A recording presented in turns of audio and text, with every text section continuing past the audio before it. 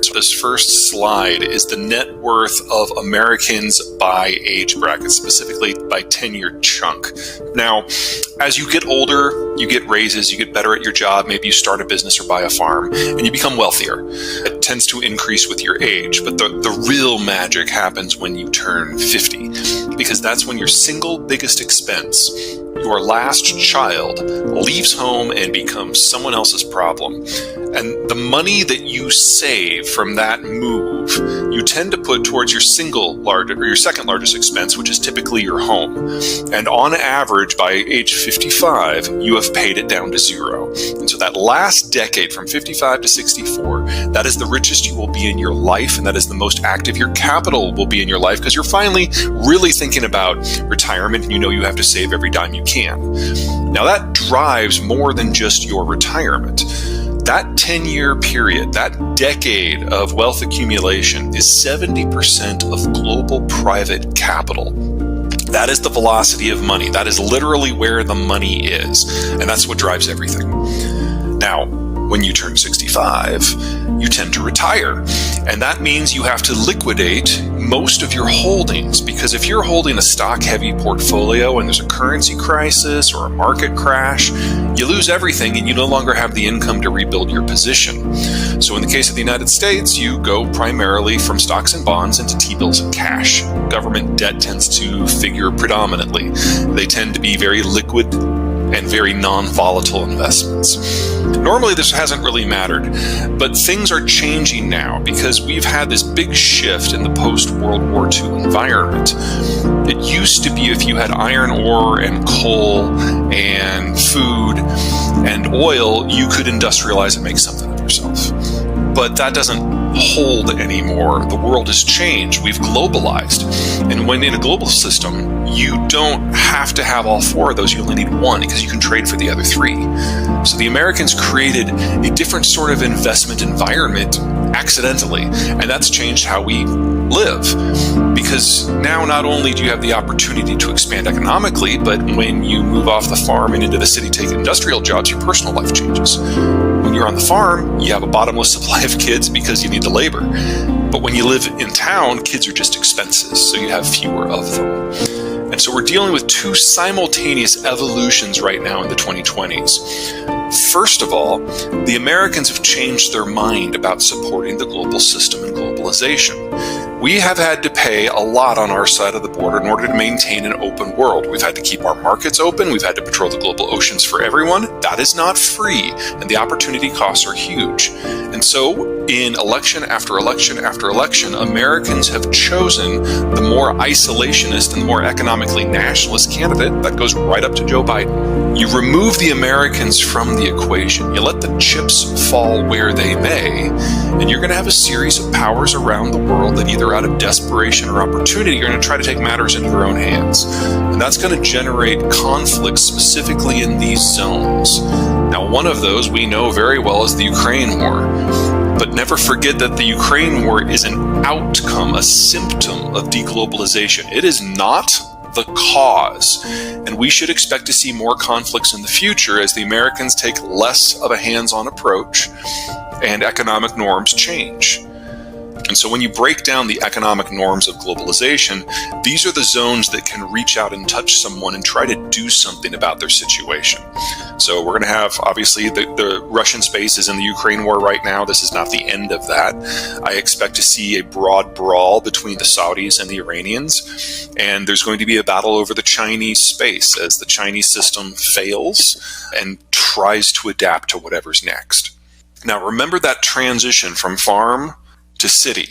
This is new, historically speaking. It used to be that we have a demographic structure that looks a lot like Nigeria today. And so it doesn't matter if people who are 65 retire, because there's more people below them. And the proportion of old versus young has stayed more or less static since the dawn of recorded history. But with the Americans changing the world with globalization, we went a different direction. We moved into the cities. We had fewer kids. And 75 years on, this is the American demographic now.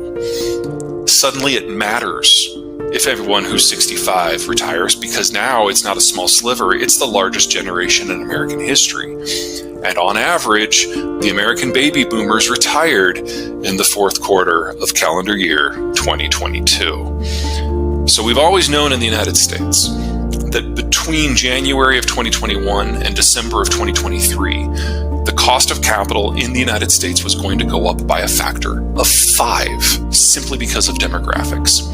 Everything that the Federal Reserve does is on top of that. Anything that we do to fight inflation is on top of that. And we're only about halfway through that process right now. Now, within this one picture, there's any number of stories to tell. So in the case of the United States, we're obviously losing the boomers to retirement. That is the largest generation we've ever had, the largest workforce we've ever had.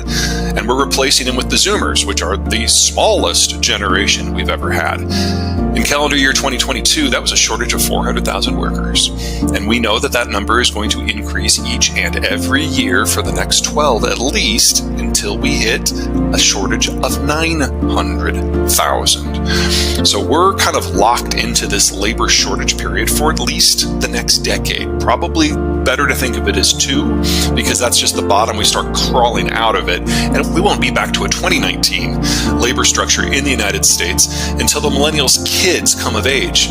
That's the mid-2040s. So all we have to do in the United States is wait 20 years.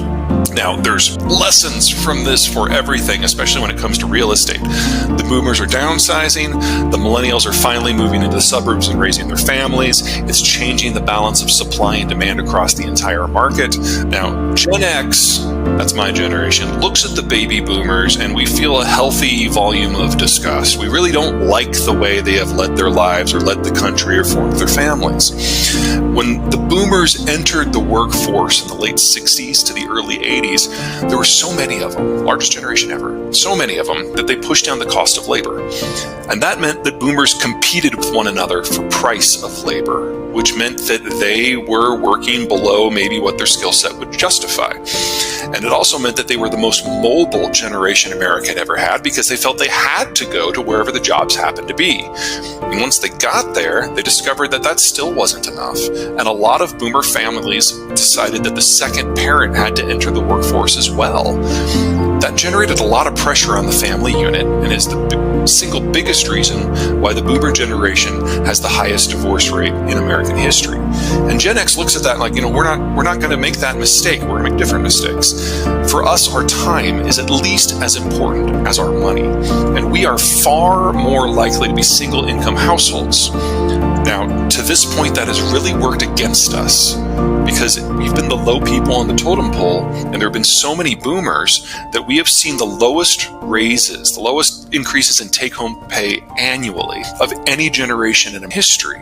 But we have more durable family units and marriages as a result. It's been bad until about 2 years ago, because 2 years ago it became clear that the most of the baby boomers were about to retire and the labor market started to shift.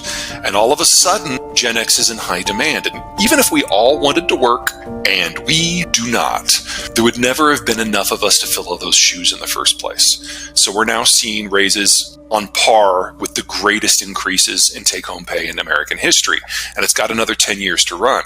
I'd argue that we're seeing the pressure in the housing market because Gen X has more money now than they've ever had before.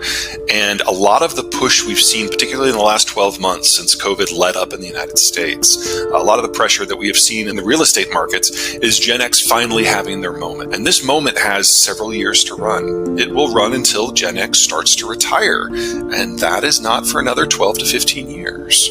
So you should expect a small number of relatively well-capitalized buyers dominating the top end of the markets. In residential, you got to consider what Gen X's approach to life is going to mean for the office, because the only thing that Gen X hates more than going to the office is the commute to get to the office. Remember, this is a generation that defines itself as valuing their time more than their money. And now Gen X are the managers, and they're taking over all the top positions throughout the world, and they don't want to go in. So you should expect significant changes in corporate policy that is going to damage an entire real estate asset class for at least the next decade.